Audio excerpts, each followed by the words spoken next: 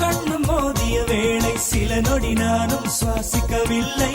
கடவுள் பார்த்த பக்தன் போலே கையும் காலும் ஓடவில்லை.